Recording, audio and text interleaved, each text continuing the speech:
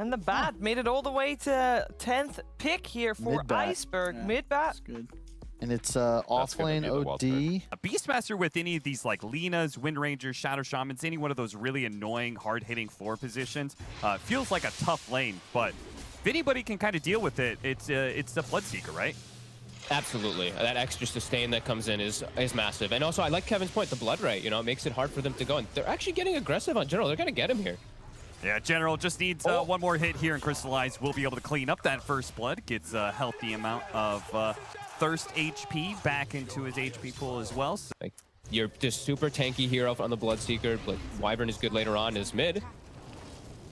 really good job by Iceberg, forcing those kind of rotations and still backing off pretty easy. Top lane, though, does leave General alone as the Shadow Shaman who's rotating over the Power Root. And Crystallize and Solo read that opportunity loud and clear. They said, okay, the Shadow Shaman's going to be sitting on runes, which is very likely in this Bat Rider versus Leshrac matchup. Doing all right in CS, but when it comes to the levels, looks like he's had to share experience with the Chen quite a bit, as Roger is also level 3. Mid lane, though, Urgon's going to be dove here. Iceberg not wanting to dive too deep into the tier 2 tower, but will have to in order to get that kill. He'll take a couple of tower shots, might die, but he's got a Fairy Fire in his back pocket, so he's okay.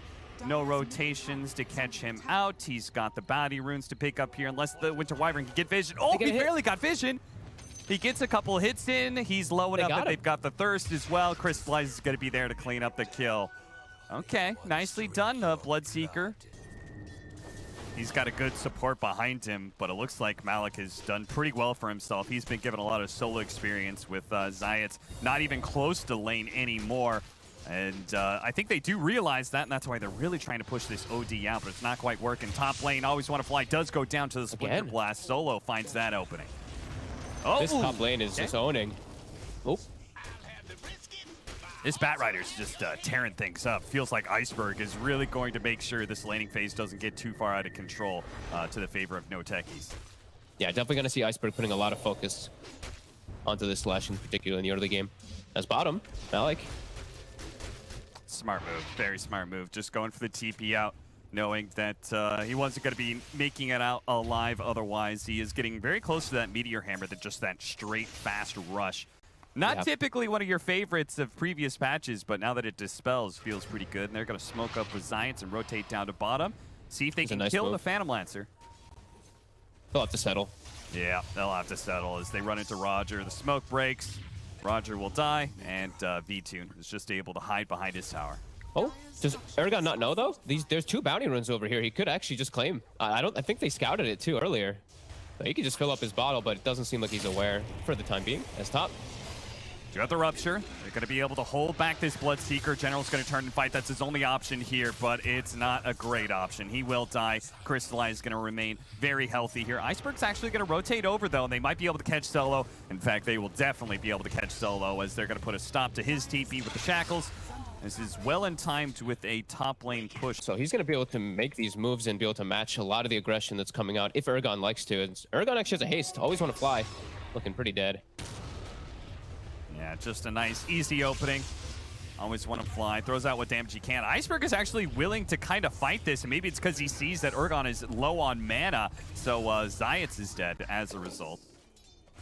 Good run away by Urgon. If he sticks around, I think he just gets lassoed onto the cliff.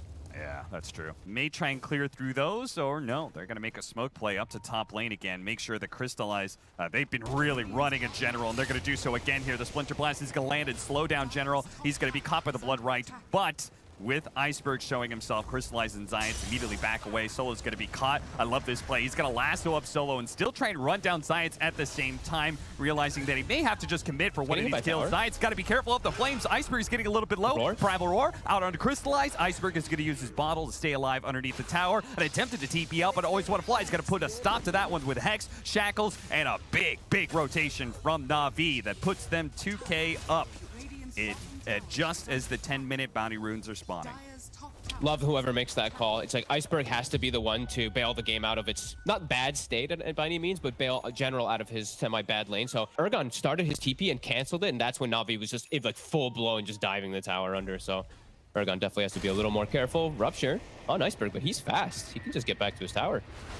They're going to catch Always Want to Fly as Malik did move over. They want to try and take this mid tower. And an opening and being able to kill this Shadow Shaman mixed with the Leshrac and Meteor Hammer. He might be able to get the tower here, though. Malik does pitch. He wasn't going to be able to TP right away. Then he does try it. It does not work. And he does die. Tower. He's trying. Oh, they clear the wards. And they can get the deny if they'd like to. And they will. Solo's going to take that one out.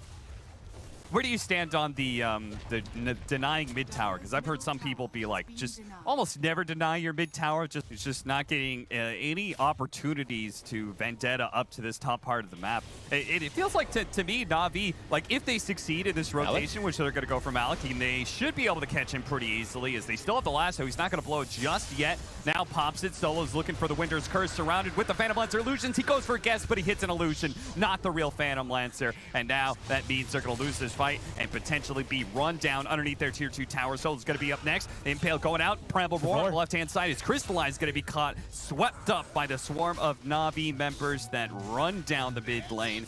And from here, I don't know, Fogged, it's looking like a game where Na'Vi is just going to get farther and farther ahead. Na'Vi, like we said, they hit this beautiful timing of everything together. BKB, Diffusal, Hood, and Malik, he just fed his life as Ergon steps very far forward.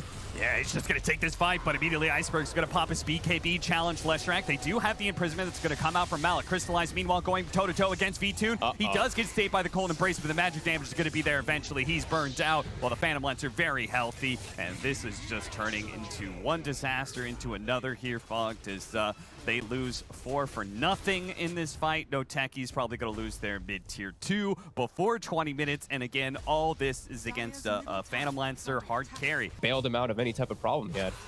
Yeah, he's only being eclipsed by the Leshrac when it comes to the enemy's net worth. Hex into the shackles for the Serpent Wards on out. Malik is going to try and fight his way through those Serpent Wards. May have to try and go for an imprisonment on himself and a blink away. But V-Tune, he's going to spread himself out a little bit. Looks like the blink went down, but Malik may still be caught. Solo does manage to get a Cold Embrace. He's burned out of mana, but V-Tune still hits plenty hard, and there's General on the other side of things as well. The tier 2 tower is just not safe. Nyx's Assassin's going to be caught on the other side of the river by Iceberg as well.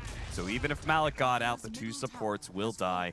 Really top tier, especially, like, I feel like they always get a draft that they're very comfortable with lately. Yeah. Here goes Roshan. The pleasure of this for Na'Vi is the fact that they don't necessarily have to go high ground with this first Aegis. They can maybe take over the triangle. BKB going to activate. Iceberg jumps forward before he gets hit by Zayats with that Vendetta. And we're going to watch Solo die again. Okay, we're going to use the Winter's Curse as well as the Rupture. A lot being thrown down on Iceberg to keep him in positioning. They now have the Vendetta hit. Impale follow up, and Iceberg's getting a little bit low, but they're losing so many of their members just outside of their base. NOTECHIES, Ergon's even struggling to get back, and that's it. GG. Well played, they say. I don't see how this lineup comes back from this kind of deficit, Fox. So, fair enough.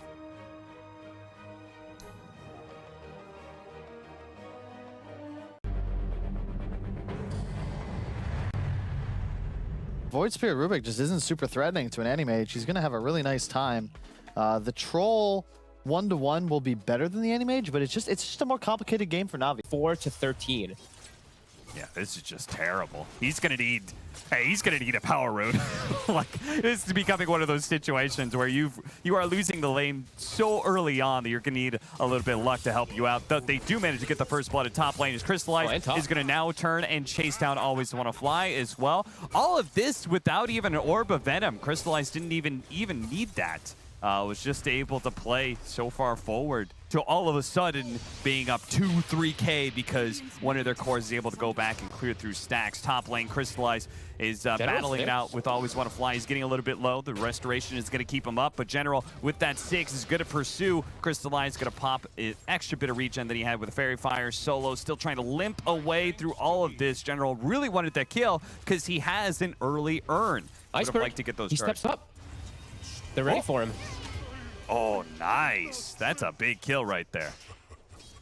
Ward that Zayats had placed earlier in the jungle, just scouting him out the whole time. Puck, Ergon actually got in a good position for him to capitalize on being there. I mean, we're definitely seeing an effect of it because I'm seeing a lot of teams going away from it as V-Tune. There's a Rupture. It's a little surprising seeing this rupture before the TP rotation is even started, but it's going to be here now. Ergon has finally arrived. So V-Tune's going to be able to get off the ultimate. He's going to be forced to chase for a long time, quickly surrounded, and very, very dead. Meanwhile, the rotation comes out from Iceberg in the top lane, does kill Solo, but what they really wanted was to potentially kill Crystallize here. Navi's going to set up to defend this safe lane tower. I mean, NOTECHIES doesn't have natural push, so they're probably feeling that they can set up to just fight around here with General, and they'll find CIS right away. Yeah, he tries to roll out, but General actually puts himself in a position to block that, but now he's caught by the coil, completely out of mana here. Crystallize is going to let that mana void rip, and they're going to have to leave General to die here. So, very likely giving up on this tower now. I'm not sure if that was like a split of decision-making there. I thought I was on crack or something, and they added now, like, Rubik just gets a boulder now or something. I was like, wait, what the hell? Okay, so... Yeah, I was looking like, maybe it's because his passive somehow, like, okay. Ergon Solo. They can't really do a whole lot with that coil. In fact, Ergon is going to have to abandon Solo here to die. Now, they are going to roll in with Zayt. He doesn't quite land the boulder. It doesn't hit that extra bit of damage they need onto General. There's a Blood Right to kind of cover his tracks, but Zayt is in trouble and needs to get to the low ground here, but his roll isn't up for another 3 seconds. He's caught in the corner. Ergon and Malik, they're going to come back in here, seeing that Iceberg is completely out of mana here. The opposing Blood Right, but damn, that's a mana void that somehow just clipped Always Wanna Fly, and he fell over real quick. It's one of those timings on the Chen you feel so strong because you've got your ultimate, which is like percentage-wise a huge amount of people's general HP pools right now. You've got these Chen creeps that you still don't have the nukes to be able to completely deal with. They immediately get the silence onto the puck, but at the same time, Iceberg was silenced in return by the Earth Spirit. It just didn't last that long. Always Wanna Fly is going to be caught behind the tier 1 tower, but the Hand of God actually goes off, and maybe he can still survive through that Maledict, which Solo is not going to be surviving through that assault as General and V-Tune wrap around. You said NOTECHIES needed to be well set up to be ready to defend this mid tower, and it looks like they just weren't, honestly. Maybe he just didn't know that the Orchid was finished up at that moment, but I think they saw him for a slight second as committing in Zayt. Zayt's rolled away right as the Orchid was hitting him. It doesn't matter. He's going to die either way, as Iceberg still had plenty of mana to be able to chase down. And they do manage to steal Blood Rage for the Rubik, so that is going to be a potential big upgrade in damage. They've got this big window here where they're just playing 4v5 throughout pretty much this next 10, or actually next like 5-6 minutes or so until we expect Crystallize to have a man soon. Long jump. Iceberg, fast moves. He is going to try and TP out, but it's not going to happen fast enough. Pop the glyph, protect the wave while they can. Another round of the orb comes through, but the tier 3, it's about to fall here. And they can still, Zayt's trying to roll forward to go for V-Tune, but V-Tune has been one step ahead of Zayt this entire game, it feels like. And he does it again here. Zayt rolls to his doom. They're just going to wait out some of the spells. And with those ultimates being used, some of them, they can keep going if they really want to and try and get this tier 3. A pull back there with the Remnant on Malik. The Stolen Rupture is going to be placed on this Bloodseeker. Solo going to run interference here, trying to make sure they can't threaten his Bloodseeker, but he's going to get out a little bit too far perhaps. Does have the Blood Right covering his tracks. Jump into the mid lane. Iceberg, he hasn't been showing himself in the top lane for a while. That's because he's decided to go ahead and hunt Iceberg. Oh, my goodness, Crystallize. That was a good read that they burned enough mana. Now they're going to start going on to the top lane because the AEM, he's healing up. He's going to join them in this fight in the top lane. A nice kick to be able to break the coil. V-Tune does manage to finish up that tier 3, but Navi, they need to get out of here. The Rod of Atos is going to hold them underneath this Death Ward. V-Tune's going to take a decent amount of damage here, but NOTECHIES got to be careful in pursuing. Yeah, how does an AM hurt you when you've got heart and no mana pool, you know? Like, you've only got 400 mana to burn. You're not going to do a whole lot of damage. Crystallize is going to go straight onto this Chen. See if they can blow him up right away while he's still silenced. No Hand of God here. Nice two-man coil. It's going to be able to catch the Rubik with the Death Ward out there. A bash is going to stop that Death Ward, but the Rubik is certainly in trouble, and V-Tune is currently being kited. Malik is currently doing some kiting of his own onto the Void Spear, who gets Rod of Atos into the silence. He gets popped. Nice and clean. clean. Crystallize, blink it away. That cast range, he's not able to blink quite far enough. Iceberg is able to chase him down, and now looks at Malik, who's a little bit low. Turns, puts the Orchid onto the puck as quick as possible. The silence is there, though, from the Blood Ray. He's going to try and finish up the puck, and he does manage to get for the double kill before he goes down. Iceberg gets the only kills of that team fight for NAVI, but they were two very big kills in the 1 and 2 position. With a hero like AM, a really good scan, it's going to be able to catch the AM here. Can they get the disable out? Okay, they lead off, manage to grab him. They have the follow-up with the telekinesis, and the Remnant's both going to be there. Crystallize tries to get the blink away, but he ends up dying to the Rubik in the end. The Rupture goes out onto the Storm Spirit, but Storm's just going to bide his time here. A cast bouncing around with the illusions, but Iceberg jumps back forward to make sure that Malik and Soul are both going to be punished, as with no Crystallize, Iceberg doesn't have much to worry about. He can jump forward super far, be low on mana, and there's nothing that NOTECHIES can do to turn and fight him. So Iceberg? Okay, Iceberg's not going to get the chance to actually set up. He tries to jump in first on his Zayac, not realizing, though, that the entire crew was there. He does have buyback, though. He was getting divine favored back. He was doing the Storm Chen trick because he just got the shard. He was trying to get sent back to base, but they blew him up too fast. Iceberg, NOTECHIES isn't going to make it there in time. They're going to smoke and try to get there, but it's too late. They've already got the Aegis and Cheese.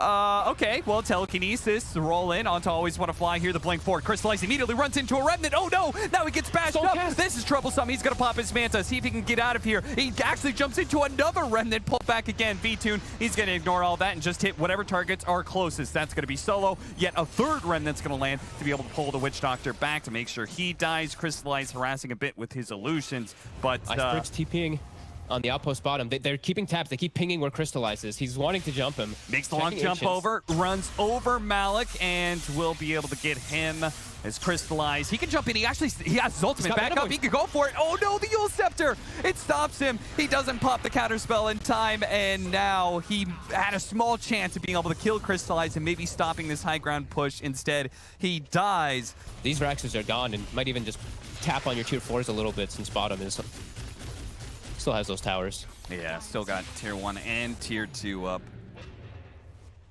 NAVI running into the lane super aggressively while the rest of the team cuts back and see if they can catch Iceberg. I think it was a play. After all, he's not the one with the Aegis, so Solo has pretty much given up his life for the rest of the team to cut behind and see if they can catch Iceberg, but I think Iceberg somehow knows. And now BKB's down, so they're really looking for him, really gunning for him. Oh, they spotted him for a second, but Iceberg starts jumping away. He's making some emergency jumps around to make sure he's well hidden. Nice two-man silence is set up, but this needed to be going onto Iceberg and eliminating him nice and quick while he's separated from his allies. It was a unique idea from NOTECHIES, but fortunately Iceberg seemed wise enough to it. Iceberg pump faking it a few times.